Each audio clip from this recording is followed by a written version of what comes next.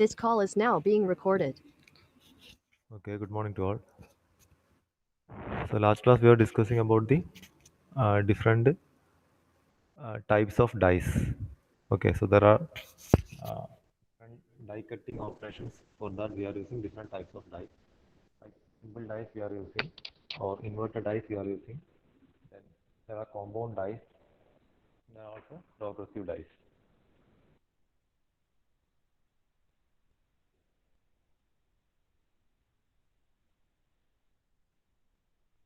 Okay, so almost all the topics, all the topics in the syllabus for the fifth module has been covered.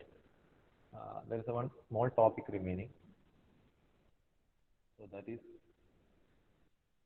regarding the characteristics of sheet metal. So this sheet metal, it should have some, uh, it is having certain characteristics like elongation, uh, yield point elongation, anisotropy, grain size, and spring mass. So ഇതിൽ നിന്നൊരു question കിട്ടണമെന്നൊന്നുമില്ല, but ഇത് നമ്മളെ sheet metal first നമ്മൾ നോക്കേണ്ടതായിരുന്നു. This is already you are knowing about these all characteristics, അല്ലേ? Actually from a large sheet metal or from a large sheet of metal, a blank of suitable dimensions is cut and removed by shearing operations. So we have learned about that by using shearing operation. We are cutting, or while cutting the cutting process, the shearing force is the main shearing stress is the main stress induced. Okay. And after that, so the sheet metal is cut out from the blank into suitable dimension. This blank is then formed into various shapes by stretching and bending the sheet. Okay. And here certain characteristics of the sheet metal, this sheet metal, they are having some important effects on the sheet metal forming. So these characteristics include elongation. So what is elongation? നമുക്കറിയാം എന്താണ് elongation എന്ന് പറഞ്ഞാൽ. So since the sheet metal is usually being stretched during sheet forming, high uniform elongation is desirable for good formability. So നല്ല formability അല്ലെങ്കിൽ നല്ല രീതിയിൽ, if you want to change the shape in a good manner, or if you want to change the shape in a uniform manner, it should have uniform elongation throughout. അല്ലെ, ആ material എന്താണ് uniform elongation possess ചെയ്യണം. Then only we can say that the material is having good formability.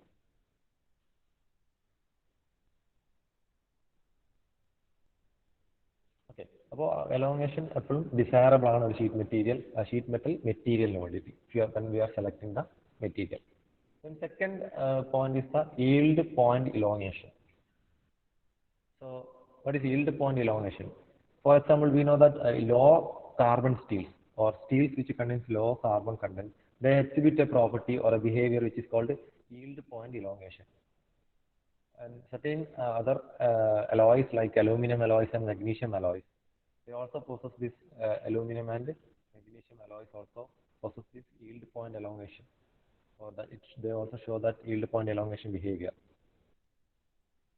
Once this material yields, the sheet stretches more in certain regions, while in other regions sheet has not at all yielded. അപ്പോൾ അങ്ങനെ ഒരു പ്രവണത ഉണ്ടാവും അല്ലേ?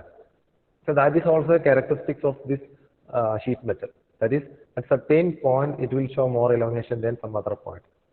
അല്ലെ, അപ്പോൾ അത്തരത്തിലുള്ള factors എല്ലാം നമ്മൾ അവോയ്ഡ് ചെയ്യാൻ വേണ്ടി ശ്രമിക്കണം അല്ലേ?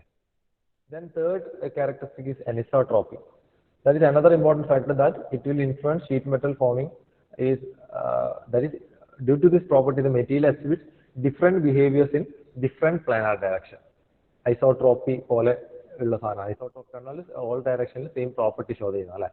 Anisotropy means it is showing different properties or different behavior in different planar direction. നമ്മൾ XYZ direction എടുക്കുകയാണ്, it will show different properties in different planar direction. So that is not a desirable property. So we need to eliminate that. For that, we used to anneal the material. Okay. For that, we will do anneal. Okay. Then another one is the grain size. That is, the grain size of the sheet metal is important due to two reasons. The grain size affects the mechanical properties and it influences the surface appearance. For example already നമ്മൾ grain size ഒക്കെ നമ്മൾ last ഒരു semester detail ആയിട്ട് discuss ചെയ്തതാണ് അല്ലേ? So grain size has its own effect on mechanical properties. We know that what is going to happen in mechanical properties while changing the grain size. Grain size, when the size of the grains are very smaller, it will actually harden the material. When the size of grains go on to larger dimensions, it will soften the material. Okay. So in the case of a sheet material, it can be a fine-grained sheet metal or it can be a coarse-grained sheet metal. Fine-grained sheet metal means the grain size will be very small or it will be fine in size. But in the case of a coarse-grained sheet, the surface appearance of the sheet will be rougher. But in the case of a fine-grained sheet, it will be smoother. So that is the difference in the appearance of the sheet in case of grain size. Okay. So based on the requirement, based on the application requirements, we will choose which type of sheet to be selected. Whether the sheet having a fine grain size or whether a sheet having a coarse grain size. Then spring back is another important characteristic of the sheet metal. So, so actually springing back means that is the sheet metal will behave like a spring. Okay. So we know that when we stretch or compress a string, it is going to retract from that position. Whatever pressure we are applying, it will retract from that. That is, it is showing a property called as springing. Okay. So in sheet metal also it will show the property called as springing back. That is, it is caused by the elastic recovery of the plastically deformed sheet after removing the applied load. We know that if the initial dimension of the sheet is like this, so we are actually, if we are bending it using a certain type of die, for example, if you are using a V groove die here to bend the sheet. So what we will get a sheet like this. So it will be having an included angle here now. So actually what will happen after bending it, it will show the springing back property. So it will retain or it will go back after, that is, it will show some elastic recovery. That means if a sheet like this, if you are initially the sheet is like this, if you are bending it like this, after some time we can see that the position will be changed to this position. Okay, that is, it will come back to this position after bending. Initially we have bended it to this first position, but due to springing back property of the sheet metal, it will come back to the second position. So that property of the sheet metal is called springing back. And this is also not desirable. Springing back is also not desirable. Actually, there is no method to eliminate this springing back. Only what we can do is that if you want a dimensions like this, if you want an angle of theta, what we have to do? We have to give an angle, some extra amount of bending we have to give, so that even though if it comes back after springing back, we will get the correct dimensions. So it requires some expertise and skill of operators for doing that. Okay, that is, we cannot completely eliminate this springing back or effect due to springing back. We can only compensate for that. Okay.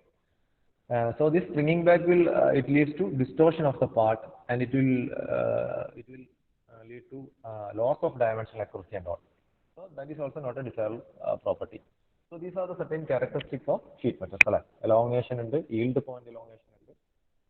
The elongation is a desirable property. Then only we can change the shape of the sheet metal or change the form of the sheet metal.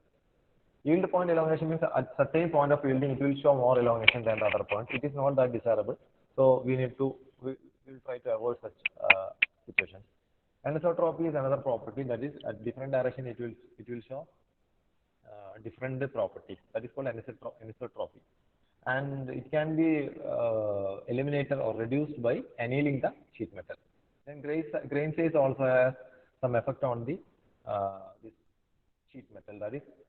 That is on it has got it will affect the grain size is important due to two reasons. One is that it is going to affect the mechanical property of the sheet metal, and second one, it is going to affect the appearance of the sheet metal. That is, a fine grain sheet will be giving a smooth appearance, while a coarse grain sheet will be giving a rough appearance. And in the case of mechanical property, the fine grain sheet will be having a better strength and durability than a coarse grain sheet. Okay. And springing back is the last property. That is also not desirable. So we will try to eliminate it, or we will try to compensate it because it's not desirable, because it it will lead to distortion of the part, or it will lead to loss of dimensional accuracy of the material. So these are the different characteristics of the sheet. ഇത്രയാണ് ഈ ഒരു module നമുക്ക് ബാക്കിയുള്ളത്. Rest of things we have covered, everything in the module we have covered. And so just നമുക്കൊന്ന് brief ചെയ്ത് നോക്കാം. First we have started from the different types of clamping. അവിടെ നമ്മൾ സ്റ്റാർട്ട് ചെയ്തല്ലേ.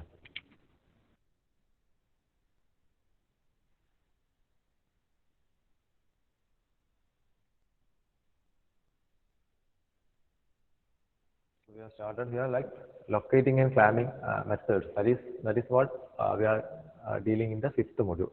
That is, there are different locating methods or different clamping methods used in the case of manufacturing operations, because we need to fix the workpiece before doing certain operation on that. We also sometimes require to guide the tools for certain operations like drilling, reaming, and all. So for that we need certain locating and clamping devices. So that is the first topic here, the locating and clamping methods. For that, usually we will use jigs and fixtures. So jigs and fixtures are two separate precision tools, where fixture is the one which is used only to fix the workpiece, while a jig is a tool which will at the same time it will fix the tool it will clamp the tool as well as it will guide the workpiece. Guide the tool. This is the difference between jig and fixture. Jig and fixtures are important and important in exam point of view, as well as your interview or any type of exam, competitive exam point of view. Usually you will get a question from jig and fixture. So usually it will be what is the difference between jig and fixture, or they will give the definitions and they will ask you to answer which type of device is this. Okay. So example for jigs are these drilling jigs, reaming jigs, assembly jigs, certain types of jigs which will fix the work material, workpiece, as well as guide the tool. Then fixture is another type of device which is used to clamp or fix the workpiece. So milling fixtures are there, roaching fixtures are there, assembly fixtures are there. Then comes to the basic principle of location. Usually by locating, we will give the more importance to the dimensional requirements. So usually we will go for the more accurately machined surface for, or it will be taken as a preferred surface for locating the entire product or entire workpiece. So, and also another principle what we will take is that we will aim at the motion economy. That is the easiness, or we need to reduce the setup time. So we need to facilitate for easy and quick loading or quick loading and unloading. So we will aim to motion economy. Then also we will try to avoid redundant locators. We don't want a multiple locators which is not going to do any functionality. So even if we locate a workpiece by using 3 locators, if it is sufficient, no need to go for a 4th locator, which will be a redundant one or an extra one which is not going to do any type of functionality there. So we will try to avoid this type of redundant locators, or it should be avoided. Then always you will go for minimum locating points. Then these surfaces which are located should be perpendicular to each other to reduce errors. So these are the basic principles we will look on while locating. Then comes the degree of freedom. We know that degree of freedom, a body in space will be having 12 degrees of freedom. Okay, combining both positive as well as negative direction. So our duty is to arrest all this degree of freedom so as to completely fix the body at rest. Okay, so all these movements to be arrested in order to fix the body at rest. So for that there are different principles used, but the basic and the most important principle used for locating the device or the workpiece is called 3-to-1 principle. Okay. So by using this 3-to-1 principle, we can completely locate the device, the workpiece. So for that we are using this 3-to-1 principle, means we are using 6 pins to locate the workpiece. That is, 3 of these pins will be in one plane or in the first plane, as shown here. 3 of the pin will be in the first plane as shown here. Then 2 in the second plane, and the second 2 will be in the, that is the fourth and fifth pin will be here. That is, this plane will be perpendicular to the first plane. This plane will be perpendicular to the first plane. That will be 90 degree. So on in the third plane, that is this one. That is the sixth pin will be in the third plane, which will be perpendicular to the both the adjacent plane. That is, this plane will be perpendicular to this plane as well as this plane. That will be 90. So that is called the 3-to-1 principle. So this is another view which will give a clear idea about the 3-to-1 principle. How a workpiece or a rectangular block is fixed by using or is located by using this 3-to-1 principle. Okay. So this method of using 3-to-1 locating points on three adjacent sides of a workpiece is known as 3-to-1 principle of locating. Okay.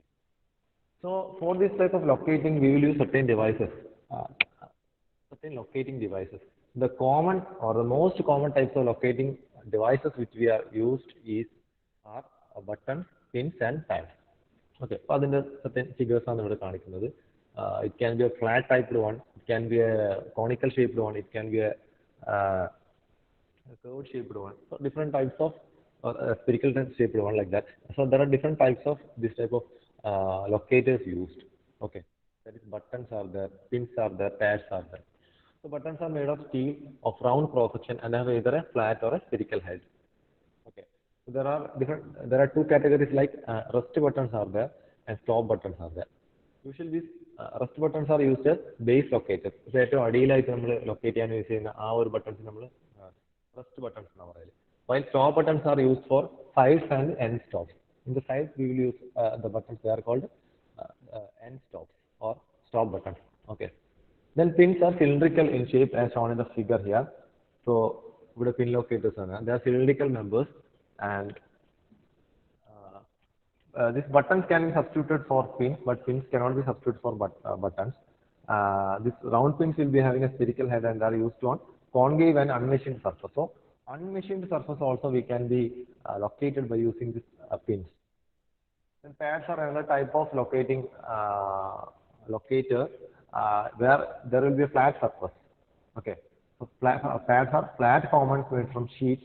These are used as base locators when rest buttons do not provide sufficient bearing area. So in order to get more bearing area, if we require a more bearing area, then we will go for pads. So these are made from sheets. Okay.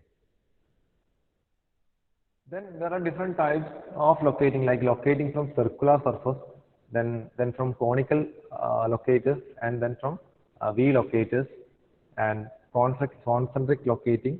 So these are the different types of locating from plane surface and circular surface, and also we can locate from irregular surface also. So that all about for that, for locating from irregular surface, we are using certain jacks like fixture jack, then some modified fixture jack, mechanical equalizing jack. Okay. So that are the different methods of locating. That is locating from plane, circular surface, and irregular surface. Then nesting or cavity locating is another type of locating the workpiece, where we are locating the workpiece from the entire peripheral surface. As you can see from the figure, there will be a nest in which the workpiece will be inserted. That means this workpiece can be completely located by using this method. Okay. So usually the thickness of this nest type work holder is kept less than that of the workpiece in order for the easily removal of the workpiece. Then the second one is called the clamping. So this the initial part of the module is regarding the locating and clamping. For locating, we are using buttons, pads, pins, and all. So these locating devices actually they are just touching the workpiece only. They are not at all clamping it, or they are not gripping it anywhere. They are just touching it. That is just giving a support for the workpiece, or it is going to resist the motion of the workpiece. ഒരു particular direction അതിന്റെ degree അതിന്റെ ഫ്രീഡത്തിന് arrest ചെയ്യാൻ മാത്രമാണ് നമ്മൾ ഈ പറയുന്ന buttons, pins or pads they are doing. But clamping, what they will clamp the workpiece, right? They will fix like a jaw. They will fix the workpiece. So when the workpiece is properly located, needs to be clamped so that it is firmly held in position against the forces acting on it. This step of pressing the workpiece against locating surface to hold it there is called clamping, and the tool used for this are called clamps. Uh, so there are numerous type of clamps used here. Principle of clamping will main idea is the position of the clamp. That is the clamp should be positioned in such a way that it should not obstruct the operator while loading and unloading the workpiece or other tools. Then strength should provide sufficient strength against the cutting forces what we are applying. Then productivity. That is the productivity should be increased. Always the setup time or other idle time should be minimized. Then only we can increase the productivity. For that we will use some other devices like knobs, knurled screws, Tommy bars, hand wheels and all. Okay. For example, a clamp which can be tightened or loosened without using a spanner will have more productivity as the setup time is reduced. Spanner എടുത്ത് ചെയ്യണമെങ്കിൽ സമയം എടുക്കും. If we are using this type of Tommy bar or handle wheel, easily we can do that. So we can reduce the setup time or we can reduce the idle time in between the two machining operations. So that is going to increase the productivity. Operator fatigue. So in the case of a number of clamps are to be set up for a complex work part. In such cases, we will go for pneumatic or hydraulic clamping. So that this is going to reduce the operator fatigue. So operator fatigue is an important concern, or it comes under the principle of clamping. It is an important concern while doing this type of clamping operation. Workpiece variation. The clamp should be designed in such a way that it should be able to accommodate various types of workpiece dimensions. That is called workpiece variation. Then different types of clamps. There are numerous number of clamps used. Even for a particular clamp or a particular base model clamp, there are certain number of variations. A variant of the same can be found out. So some of the basic clamps what we have to study in this module are strap, cam, screw, latch, wedge, toggle, and rack and pinion. These are some of the clamps which we have to study. And another classification based on the usage features of the clamp are strap, side, hinge, and swing clamp. In addition to that, we can also go for vacuum clamping and magnetic clamping, hydraulic and pneumatic clamping and all. Okay. So strap clamps, what we have discussed about the strap clamp, nut and spring, a nut and bolt and a spring type mechanism is used in strap clamps. Then in side clamps, if you want to reduce the that is if you want to free up the top surface of the of the workpiece, we will go for side clamping because we don't want to obstruct the view of the observer or obstruct the or reduce the time for loading and unloading. In such conditions and all, we will go for side clamps. So there are different variants for side clamps as well. And then latch clamps are another type. So this type of clamps are simple and relatively quick in operation. These are suitable only for smaller size. Okay. So this is the figure showing a latch clamp. There will be a latch, so we can tighten it, and there is a groove in order to take it out and back. Latch groove. So different types of grooves are available. That means latch clamps are also called swing clamps. That's why they are also called swing clamps, as these are to be sung to the working position. Then screw clamps, where it's like a strap clamp only. We are using screws here, and there is a disadvantage is it's not suitable for mass production because some vibrations can loosen the screw, so it is not advisable for mass production. The cam clamps are there. As you can see from the figure, we can tighten the knob to clamp and unclamp. Okay, that is the movement of the knob. This knob of this cam clamp will help us to tighten and loosen the job. So in every type of clamp, we will use a retracting spring. in order for the easily removal of the workpiece. The wedge clamp is another type of clamp. So a wedge-shaped member is used here for the movement. So a linear action or a vertical action, what we are giving gives a lateral movement of the jaws of the clamp. So it will help us to clamp the workpiece from the either sides horizontally. So there are also different types of wedge clamps. Then comes power clamps, where hydraulic and pneumatic clampings are used. So for higher clamping forces, powers and all, we will go for hydraulic and pneumatic clamps. Or also if you want to use a numerous number of clamps, we will go for hydraulic and pneumatic clamps. So it will help us to reduce the operator static.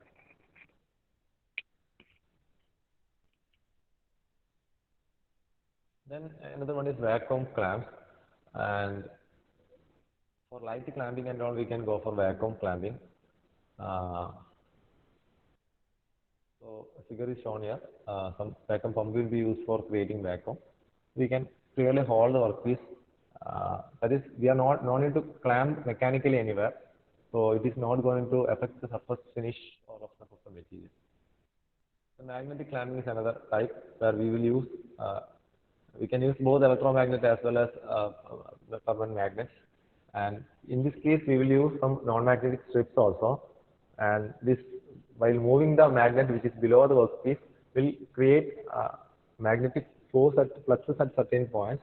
And when it comes below the magnetic strips, it will not give any magnetic flux. So based on this movement, we can load and unload the workpiece. So when it is giving some magnetic flux, it is going to clamp the workpiece by using this magnetic attractive force. When it is coming on the magnetic non-magnetic strip, it is going to free the workpiece from the magnetic force.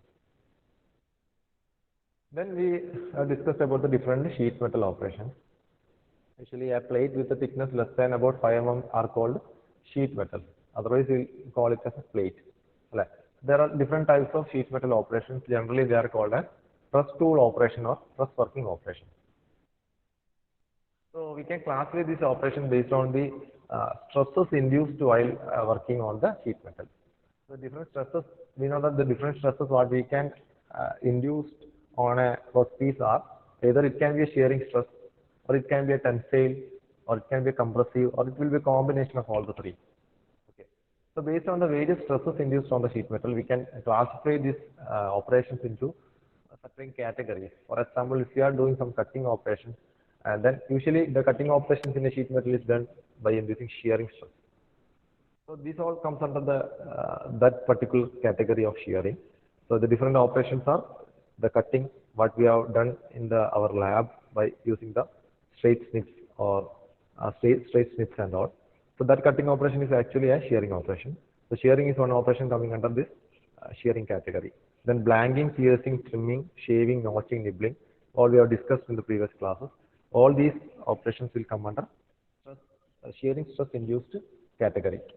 Then tension operations, where the tensile force will be the induced force. So the example for this is stretch forming operations, where while stretching, actually tensile force is coming into action.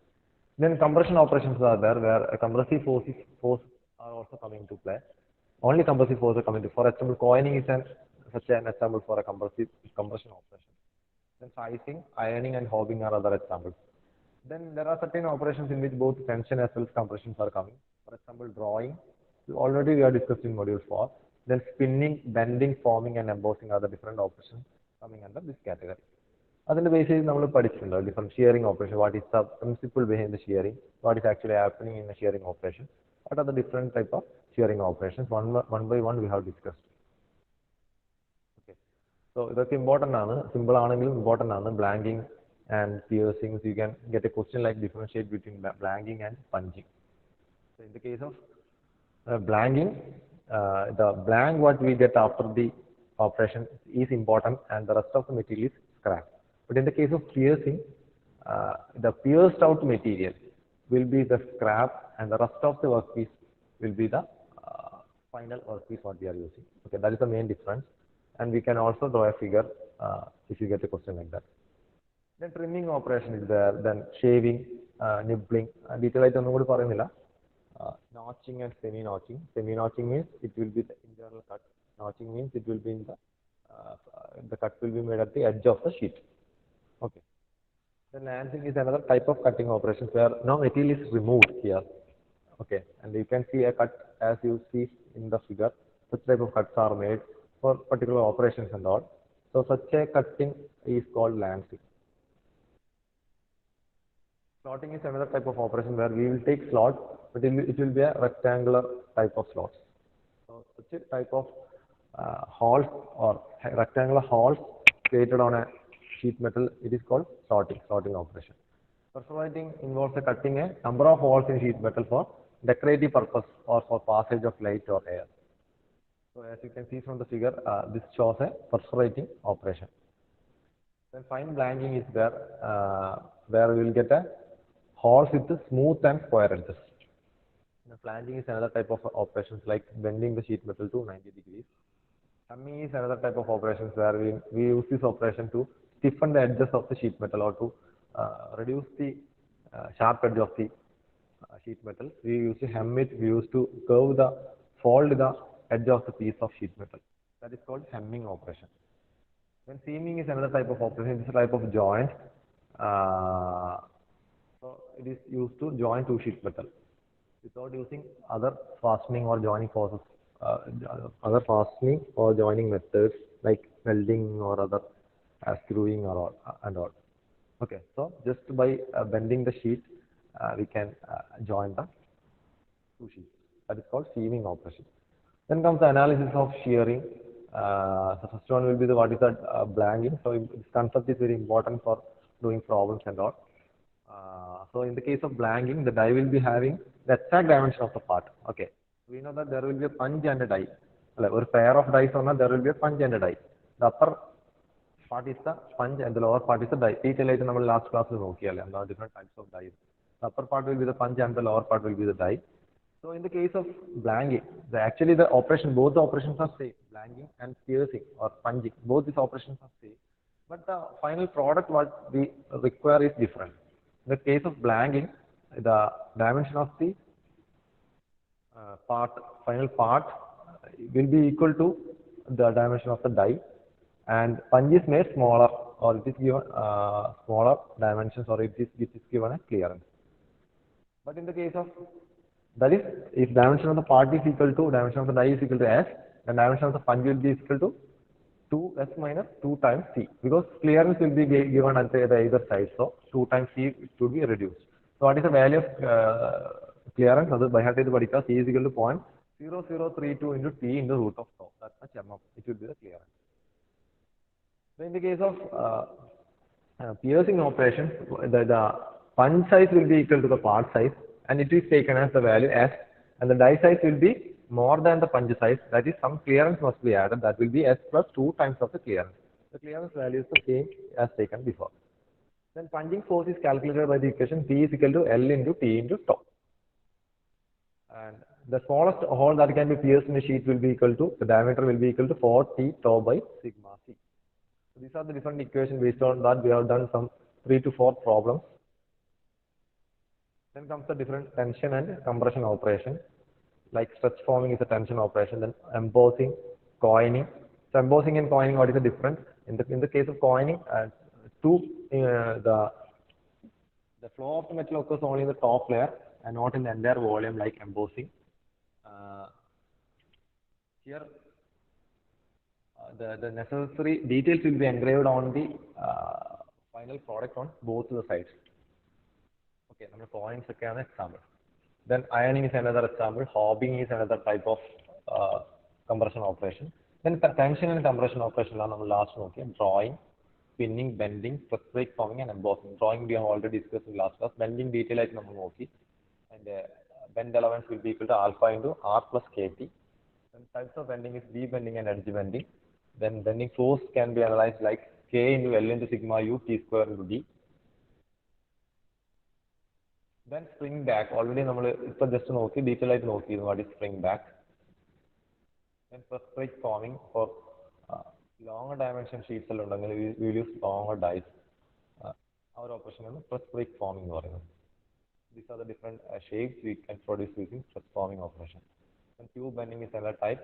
Different methods of tube bending: rotary draw bending, compression bending, ram bending, and roll bending. Spinning is another operation. Three types are there: shear spinning, and tube spinning. In this case, we will use a roller tool and a mandrel in order to get the final dimension of the workpiece.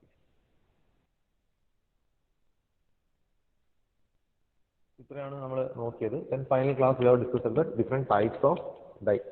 That is inverted dies, compound dies, and progressive dies. Very important ആണ്. Sure ആയിട്ട് ഒരു question പ്രതീക്ഷിക്കാം. These are the different topics coming in this module. Okay.